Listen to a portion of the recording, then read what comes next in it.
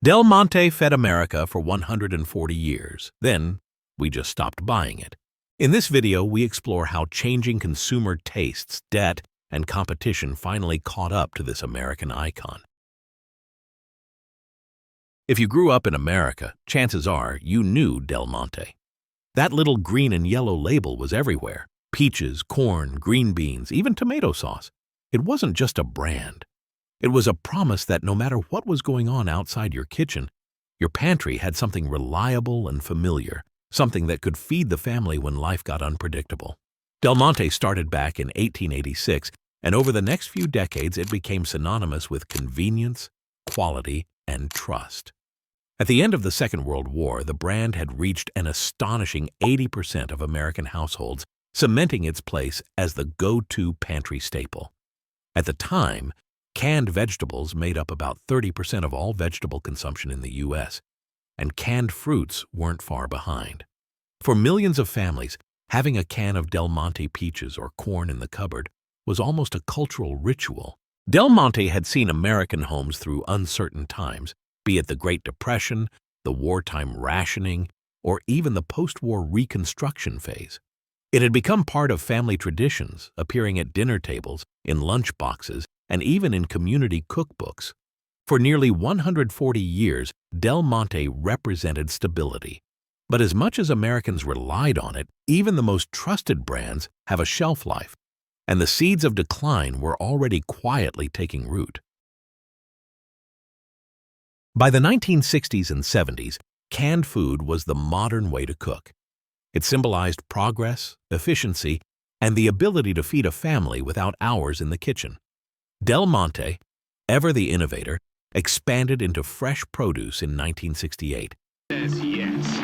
He then insists the pineapples are picked and packed the same day.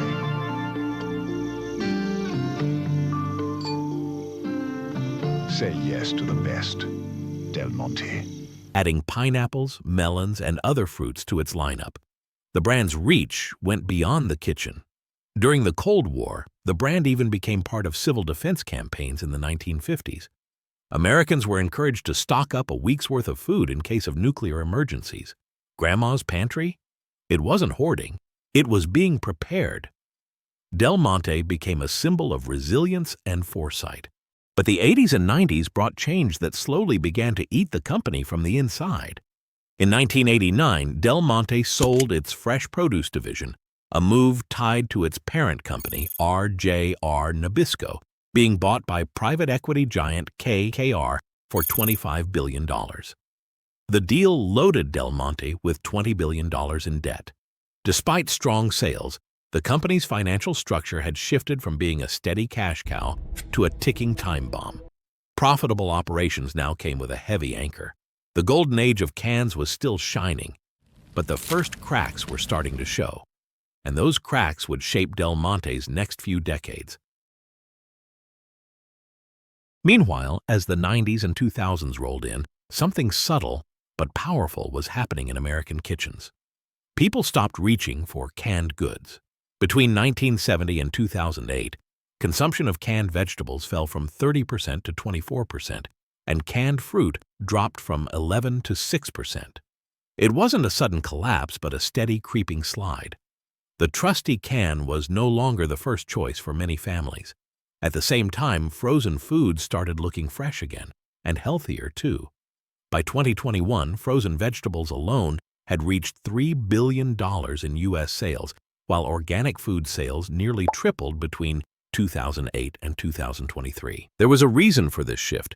Frozen veggies retained almost all their nutrients and contained virtually no sodium.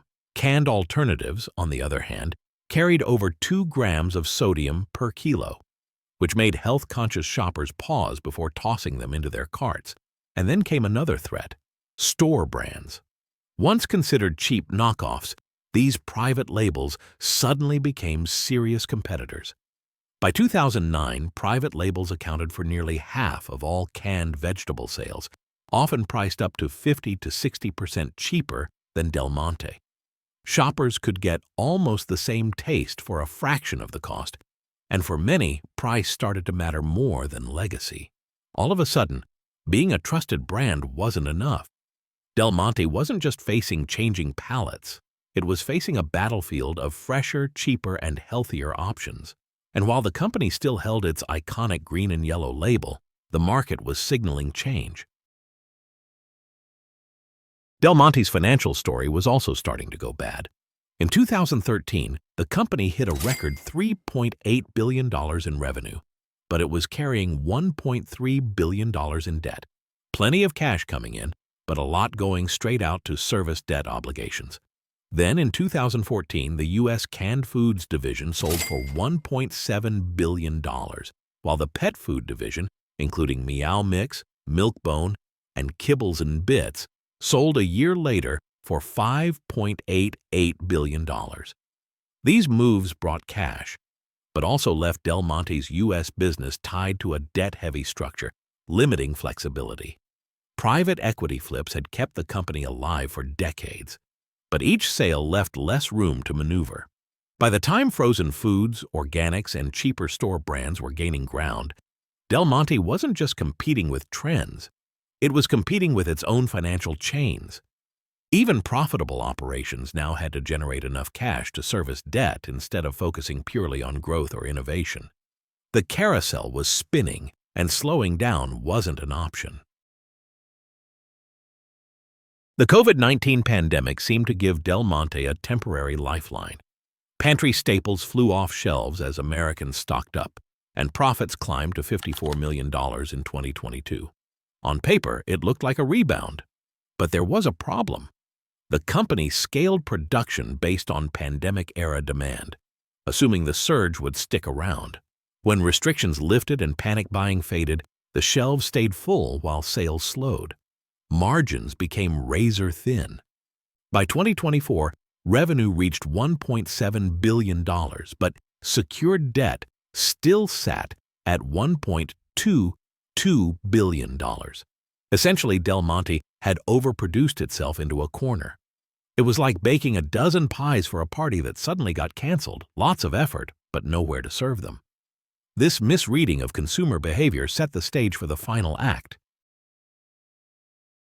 On July 2, 2025, Del Monte filed for Chapter 11 bankruptcy.